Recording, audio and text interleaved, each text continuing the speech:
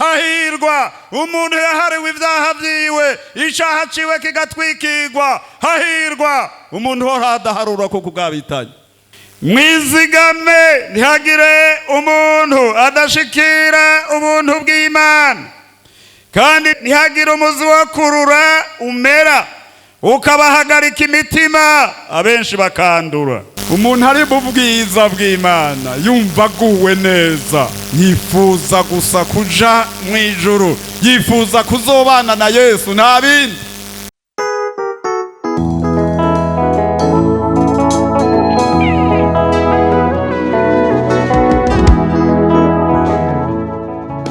Umwami Yesu nashimwe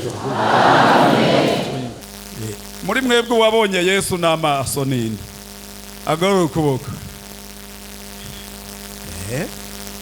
simvuga uwabihishuriwe yamubonye n'amaso aho yavuka aho yakura aho yabambwa nta numwe ariho mugabo ndakunda Imana Yesu igihe yasengera abigishwa biwe agomba kuja mu ijuru aravuga ngo ndabasize mu isi ariko sabisi ubarinde wa mubi ubazigamire muri iyi si hanyuma aravuga ngo ndasengera n'abazokwizera ku bwaba nibo twebwe kuko ntitwamubonye nizere ko aba bakozi b'Imana mwese mwicaye aho imbere mwese mwumvise umuhamagaro wo gukorera Imana ibyo ni byiza cyane umuntu wese arazi iyo yazananye ariko hariho abandi baje batagira umuhamagaro w'Imana nibo bariko baratera ibibazo muri iyi minsi y'iheze nanezerewe cyane raba korale yo ku Ngagara korale ya mbere muva ngaho mugashika hariya iyumvire nk'umuntu yotegwa n'impwemu mbi akavuga ngo abagabure abo mu buraruko bagendiye abo mu manuko bagendiye abo mu burengero bagendiyo haraho yagira ubwibone Dawidi umunsi umwe araharura abantu Imana itabimurekuriye yarahatswe ngoma ndababarira akantu kabaye aho niho nasubiye gutahura neza ko kweri ishengero rya Kristo nigihe Sawuli yagomba kurizimanganya rikivuka yashize abagabo n'abagore i Yerusalemu mu ngoyi arababoha abandi arabica ba Stefano barapfa hanyuma rero acasaba ivyete yumvise abandi bavyutse hariya i Damasiko Antiokia yumva abantu bavyutse bambaza izina rya Yesu ati mbivyete abo ntibabagore kandi ntiyaratumwe n'abapagani yaratumwe n'abaherezi bakuru n'abanyabwenge b'ivyanditswe bari muri Judaisme genda ivyete yarabifise uko yari ko aragenda ko yari umuntu mukuru data musoma ingira yari kungamiya Bibiliya ntavyivuga ingene ico yari ko ntikivuga ariko ngo yari ko afuhagira agenda agiye Damasiko nyene ishengero aramwitegereza arabanza arareka aragira urugendo rumaze hanyuma atuma umuco tipa umugabo aragarama hasi hanyuma yumva ijwi rivuga riti Sawuli umpigira iki stop Sawuli hagarara ari hasi yagaramye arabaza aturinde ga mwami yaratahuye uwo mugabo mukubise hasi afise ivyete yaratahuye ko ari umwami ati ni jewe Yesu uri kurahiga nza gusoma ijambo ry'Imana rigufi cyane muri shengero rya Kristo iyo wazananye hose wowe uri shengero rya Kristo kandi uzogukorako atabitumwe na Kristo Imana izomukorako aha haraho twibaza iyo uhagaze ngaho imbere y'ishengero ugacubona kura agahambaye uragahambaye karihe kandi turafise amasezerano ndagiye ariko nzogaruka azogaruka tujani yari si amasezerano dufise nico gituma mukovya sanga umuntu umushinga ntahe yatekereje gose umupfasoni yatekereje gose hari n'ubwo usanga iwega utohagera akara ari mu rugo rwiwe umenga utohinjira ariko ageze aha usanga ntugire ngo ni wewe pasiteri wamubariye ko atekereza aribuka umucunguzi w'ibyo yamukoreye gusa. Imana iduhezagire, Imana iduhezagire. Reka turabe ijambo rigufi cyane ariko ibyo byaramfashe mu mitima muri iyi minsi. Nasubiye kubona ishengero bashobora kuguma ku murongo w'ijambo ry'Imana bamenye iyo bakorera ko izobahemba. Gutahura ko utari kurakorera umuntu ukorera Imana. Dusome ijambo ryoroshe cyane, Matayo 5. Ni ijambo ryoroshe gusoma kabisa kandi ritaremeye, ntawe rishobora kuremera n'umwe. Matayo 5 umurongo wa 8 havuga ngo hahirwa abafise imitima itanduye kuko ari bo bazobona iki? Imana. Mwumva bitoroshe? Hahirwa abafise imitima itanduye kuko ari bo bazobona Imana.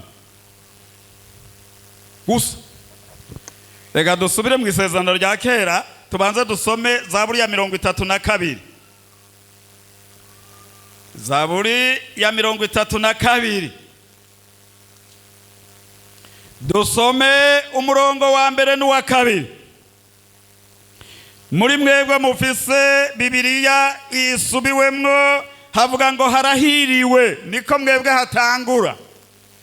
Ariko muri ya Bibiliya imaze iminsi havuga ngo hahirwa uwahariwe ugucumura kwiwe, icaha ciwe kigatwikirwa. Hahirwa umuntu uhoraho adaharurako ukugabitanya, umutima wiwe ntube mu bugunge. Ntihahirwa pastori, ntihahirwa umugabo, ntihahirwa umugore, ntihahirwa umutunzi, ntihahirwa umukene, ariko hahirwa uwahariwe ibyaha byiwe. Hahirwa umuntu uhoraho adaharura kukugabitanya, umutima wiwe ntube mu bugunge. N'uwo gusa. Aha ku Ngagara ndazi ko harimwo abantu benshi bize batari bake, ndabizi. No muri aba bakozi b'Imana bari ngaha ndabizi. Ni byiza cyane ngo ndababara kandi mutaza. Gihe kimwe twarasengeye abapastori, dusengeramwe abantu bize baragera no kuri universite. Hanyuma rero bamwe mu bapastori akavuga ngo nabajya muri abasenge, nabajya muri abasenge. None hakwiye gusengerwa nde? Haraho abantu batahura Bibiliya nabi. Hahirwa aboro mu mitima yabo kuko ubwami bwo mu ijuru ari ubwabo. Bakaba bibaza ko ari aboro babuze amahera, babuze ubutunzi. No, abafise ubukene bwo mu mitima baratandukanye n'aboro babuze amahera n'indya. Umviriza, suwize vyinshi si kibazo cyo kwiga, suwize bikeyi, sumutunzi, sumuhungu mutoyi cyangwa umukobwa mutoyi, ivyo bizokwama biriho, urunganywe ruzogenda rukuraruka bisurundi rukarengana. Ariko hahirwa umuntu yahariwe ibyaha byiwe, icaha ciwe kigatwikirwa. Hahirwa umuntu uhoraho adaharura ko kugabitanya. N'uwo gusa.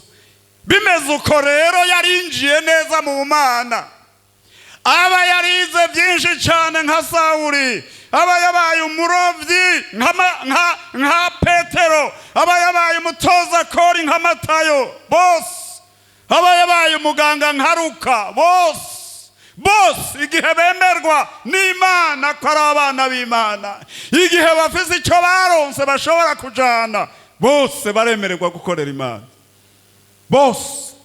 Mugabo wakiriye Imana gute none muri wewe? Pana kuvuga Imana wumvise kuri so canke kuri so wanyu canke kuri nyokorome.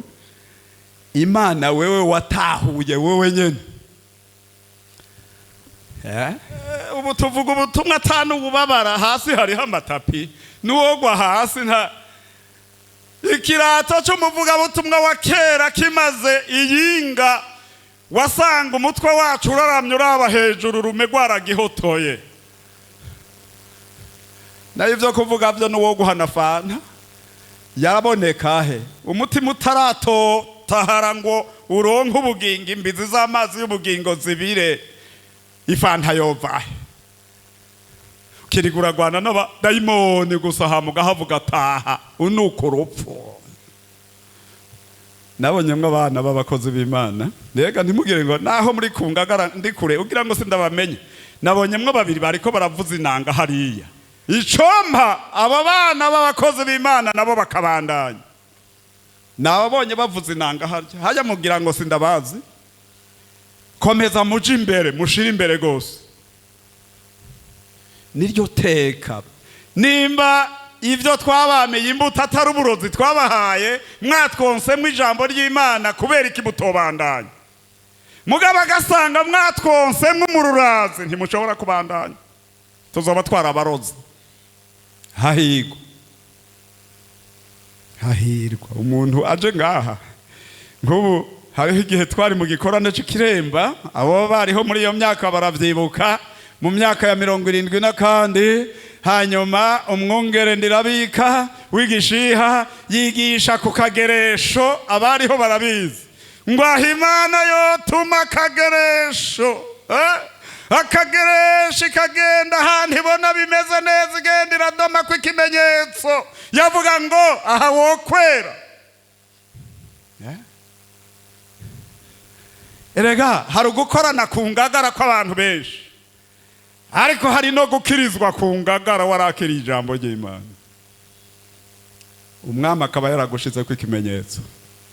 Amen. Imana ikakwemera wewe, ikakwemera wewe, ikakwemera wewe, ikakwemera wewe. No mu bakozi b'Imana Imana ikatwemera. Muri ico gihe rero tuca tugenda twidegembye. Mvuye ngaha simvuga ngo nahuye n'ibikomeye, muko mpura n'ibikomeye nariko ndarima mu itongo ryanje. Vuga ati Mana ndagushimiye ko nakoze ivyo nshobora muri wa murima wawe, umpitiro nsinzira, ibindi n'ivyaho uzobimenya. Nta bindi ngaca nsinzira kandi sindara ndakangagurika. Kubera iki? Ndazi uwampamagaye ko afise ububasha n'ubushobozi.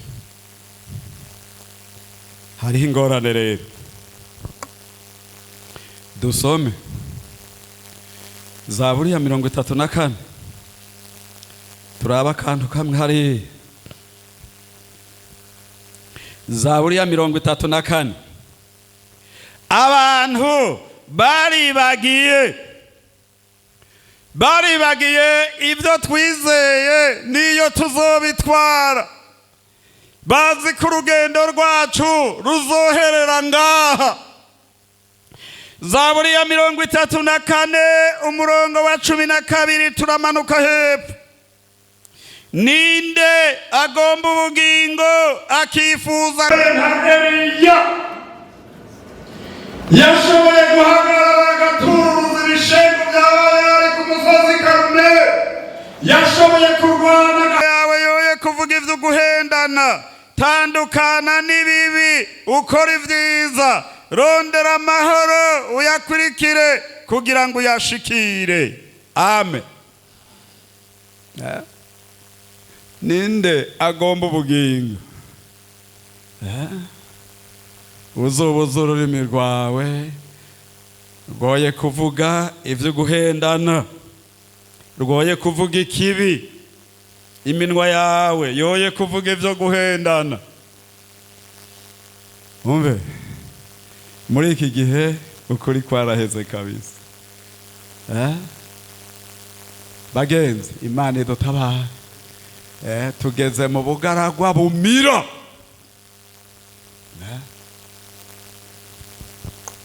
aho umuntu ashobora gusigura nkuko mpagaze ngaha ku mugoroba ngaca mvuga ibinyuranye n'ivyo nasiguye kandi nkabibarira mwebwe nyene ngaca ntoramwe umugwi w'abantu tuzinanye nkavuga ati wewe na wewe na wewe tugenda ahantu tukavuga kandi namye ndababarira ivy'ubugingo muri iyi minsi nabonye umuntu umwe yanshikiye ati bambariye ngo ninaza iwawe uzoca untaramura jewe mazi iyinga ntasinzi twagize inama y'ibintu twariko twandika kandi narimwo pastor mbeje waho nahereye ni ngaha igiciyumviro cavuye iwanje none rero twarakwanditse ko ibintu bibi wowe warabibonye timwanyanditse ko iki kugira ngo ndabe ko atari ubwoba bwatumye aza ndabe ko ari ivyo aca sokorora akantu teheraba genda amahoro ko wumvise ijwi mu mutima genda amahoro umwami abane nawe atariko pastor uwo nsenge akaguma afise ubwoba nkamusengera turiko turaganira nkamusengera mugabo nkabona ko atizera kumengo namuhariye hanyuma atumviriza ingo araza ndamupfumbatira gutya turahoberana gutya ati navuze ngo umwami akugirira imbabazi ko wemeye rega sije nagupfiriye jewe no kuvuga gusa ariko umwami wawe yavyumvise ngo ariko pastor ngo jewe abo twari kumwe sinzobabarira bongirira nabi tumviriza rero ndakubarire umuntu yihana wenyene mu mutima wiwe yagiriwe ubuntu n'Imana aho waza uje kwihana mwari mwazananye nabo mwari kumwe teka ntitwazananye ntimwazananye none wihanye urumva ko utashe umeze neza ati meze neza genda amahoro rero ibisigaye uje gusenga tuzofatanya gusenga igihe c'Imana kigeze abandi bazoza kandi ntubacira urubanza wibuke ko mwari kumwe ntuce ugenda uravuga ngo mwabanyabyaha oya mwari kumwe ko Imana ikugiriye ubuntu uvuga ati Imana ko wangiriye imbabazi n'abandi uzozibagirira ugenda ubasengere mugabo akanwa kawe uhore Eliya ari ku musozi w'Uhoraho Eliya abona imituragaro aritegura kumva ijwi ry'Uhoraho imituragaro irasana ntiyumva ijwi ry'Imana abona imbeya z'umuriro abona ibintu birahindutse abona isi hindagashitsi ati Imana iraje Imana ntiyayibona mugabo haje agacerere Imana irabaza ngo Eliya aho ukora iki mu gacerere Numviriza ninde agomba ubugingo akifuza kuramba ngo azobona ibyiza uzubuza ururimi rwawe rwoye kuvuga ikibi n'iminwa yawe yoye kuvuga ivyo guhendana tandukana n'ibibi ukora ibyiza rondera amahoro uyakurikire kugira ngo yashikire reka dushishikare gatoya Abaheburayo 12 umurongo wa 14 havuga ngo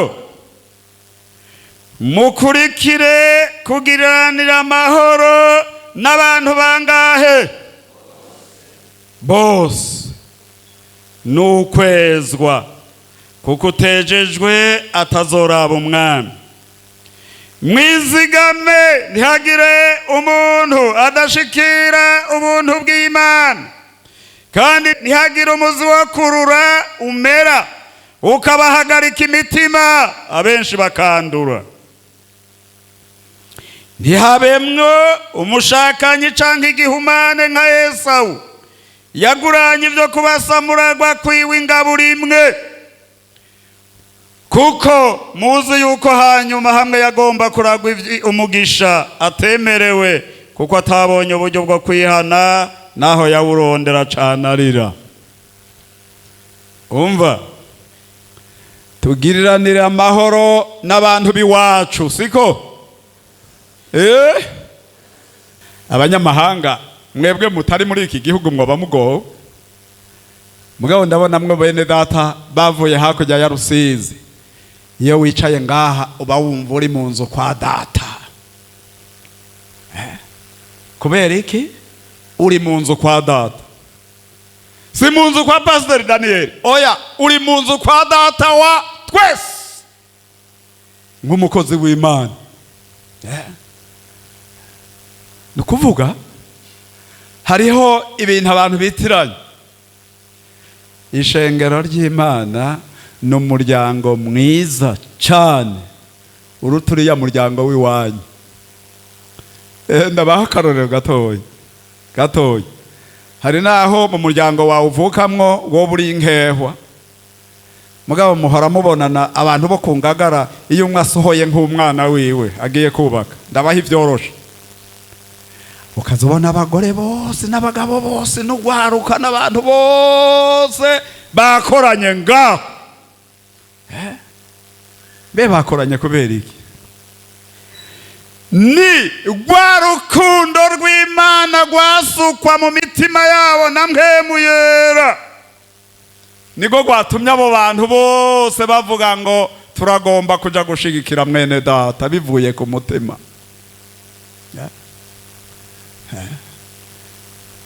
Ishengero rya Kristo uryikuyemwo uzoba wikuye mu muryango ukomeye. Umviriza rero, mukurikire kugiriranira amahoro n'abantu bose n'ukwezwa kandi kuko utejejwe atazoraba umwami. Ngoma ndababarira akantu kamwe. Yesu yari kumwe n'abigishwa be 12, hanyuma arababarira ariko arigisha ati muri mwebwe ababarira mu mugani harimwo bamwe muri mwebwe batazopfa batarabona ubwami bw'Imana. Umuntu aca yibaza imyaka maze none buzoza ryari, bizoba gute? Hanyuma aca aravuga ati wewe na wewe mperekeza, hari ahantu ngomba kugenda tujane umunsi. Muzobisoma harya muri Matayo 17. Maze baraduga bashika ku musozi muremure. Muri Bibiliya y'ubu bawita umusozi mu isezerano rishasha umusozi ukayangana, ariko mu ishengero mu isezerano rya kera ni umusozi Tabor. Nukuvuga rero bashitse ngaho ibintu birahinduka. Baza babona Yesu arahagaze, baza babona Mose arahagaze, baza babona Eliya arahagaze, baca babona batanguye gukayangana. Babigishwa batatu rero Petero yari imvuze ati bitubereye byiza kuguma ngaha ko twokwibera aha tukagumaho. Yarabuze icyo avuga, avuga ati kandi rero mu kuguma aha ngomba kubaka urusago rwawe wowe Yesu n'urwa Mose n'urwa Eliya tugumaha. Erega iyo umuntu yaneze wari yibagira, none bo batatu ko batavuga kwiyubakira. Umuntu ari mu bwiza bw'Imana yumva aguwe neza, yifuza gusa kuja mu ijuru, yifuza kuzobana na Yesu nta bindi. Mu byo tuzojana mu ijuru aho ubona abantu bapfa ubusa, tuzojana ubugingo gusa. Ubumutunzi, ubumukene, ube warize byinshi, ube warize bike, nta n'ikintu na kimwe uzotwara. Umuntu afite amatongo menshi bamwandikiye muri iki gihugu, ngira no mu bindi, bamwandikiye imetero izi gusaba mubikano aho azororera ko inzambi ivuga, akongera akegerana akaduha imetero izi gusa. Turushwa n'iki? Umusigozi aravuga vanité de vanité, nubusa gu Eliya. Nta muntu yakoreye Imana bikomeye nka Eliya. Yashoboye guhagarara agatururuza ibishego by'abayari ku musozi Karumeli. Yashoboye kurwana agahangana n'umwami w'umunyabyaha Ahabu n'umugabekazi wiwe Yezebeli. Yashoboye guhagarara neza mu mwanya wiwe imbere y'Imana, ariko harageraho yihebura, arahunga. Imana birayifata ku mutima. Umukozi wanje naho biruko yarankoreye, ndagomba kumwongera iminsi yo gusiga atunganije igikorwa. Niyo biheza ndagomba kumujana. Muri ico gihe genda ushireho umwami w'Isiriya, genda ushireho uzagusubirira, genda ushireho n'uyu, hanyuma uze. Hari ico nabonye nigiye harya. Hanyuma rero arabarira Elisa ati mbere rero ngiye hariya wowe gumaho. Elisa na Imana yari yamwibeye ibanga ati ntumurekure, ntumuve inyuma mujana. Ati ndahiye uhoraho ko uhoraho tutagana na hariya. Ashika hano tubonaho ngiye hariya, ati na hariya turajana. Tubu rero nakubariye rero ibyo nakubariye byose ndabona ko utari kurabyemera. Ubu tugomba kujabuka tugende kuri Yorodani, tujabuke tuje hakurya, naho nyene turajana.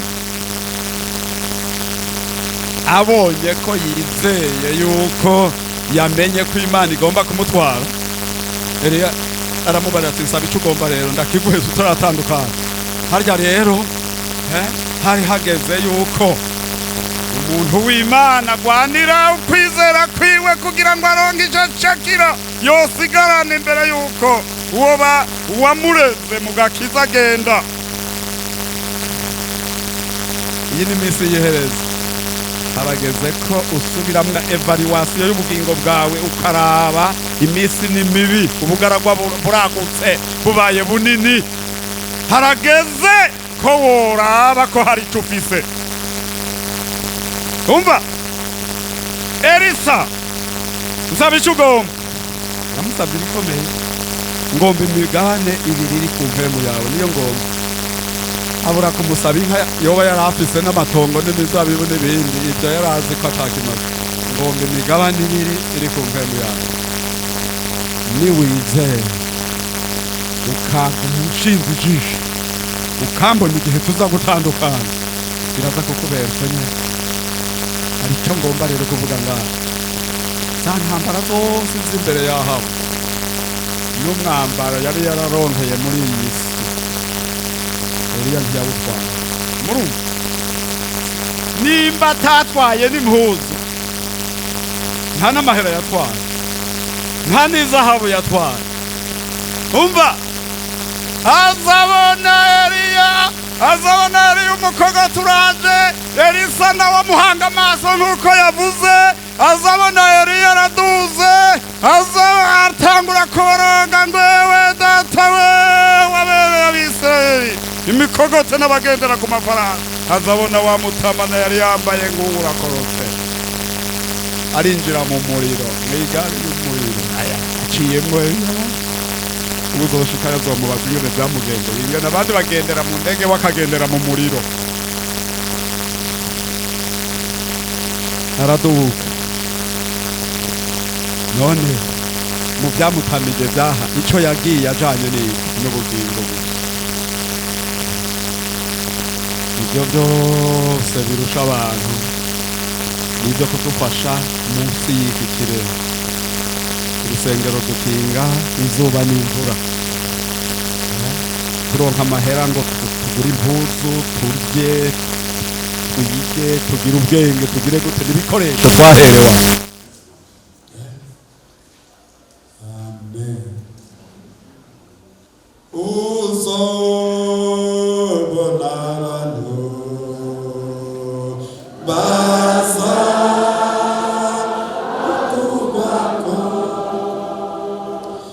Bako binabati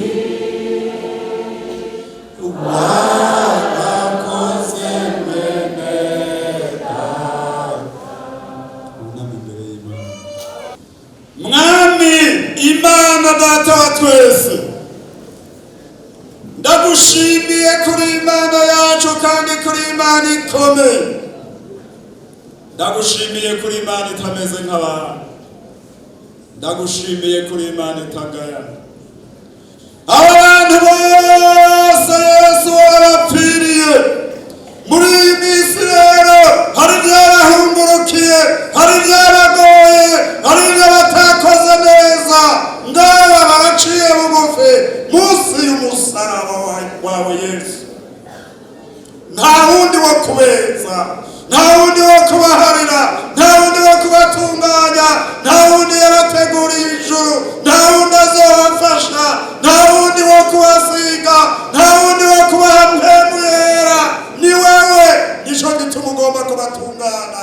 Turabasengeye tubasabira imbabazi, ikiganza c'Imana kibabeko, imitima yabo iruhuke, ntibasubire kugenda biraburaniwe, ariko baronke umugisha w'Imana. Urakoze Mana, bagirire neza, natwe tubasengeye gutyo mu izina rya Yesu Kristo. Amen.